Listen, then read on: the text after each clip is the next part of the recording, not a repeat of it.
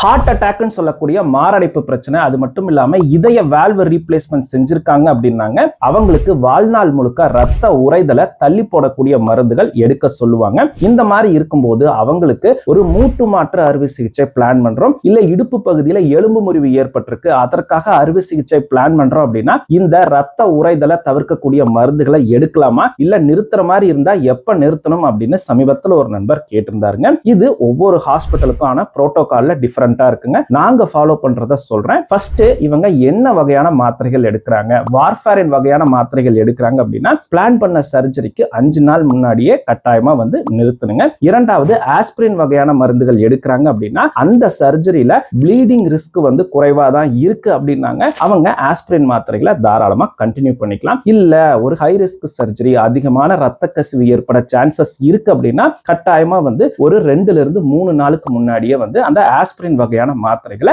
நிறுத்தணுங்க. மூன்றாவது கிளாபிடாகிரல் வகையான மருந்துகள் எடுக்கிறாங்க அப்படின்னா கட்டாயமா வந்து அவங்களுடைய அந்த சர்ஜரியினுடைய ப்ளீடிங் ரிஸ்க்கு ஏத்த மாதிரி குறைஞ்சது 48 மணி நேரத்துக்கு முன்னாடி நிறுத்தணும். இல்ல மேஜர் சர்ஜரியா இருந்தா 5 நாள் முன்னாடியே நிறுத்தணுங்க. இது மட்டும் இல்லாம ரிவோராக்சபன், அபிக்சபன் வகையான மருந்துகள் எடுக்கிறாங்க அப்படின்னா ஒரு 48 ஹவர்ஸ் முன்னாடியே வந்து இந்த மருந்துகளை நிறுத்தணுங்க. சோ இந்த மீன் டைம்ல இதய சம்பந்தப்பட்ட பிரச்சனைகள் ஏற்படாம இருக்க அவங்களுக்கு இந்த இன்ஜெக்ஷன்ஸாவே வந்து அந்த ரத்த உறைதலை தள்ளி போடக்கூடிய மருந்துகள் கொடுப்போம்.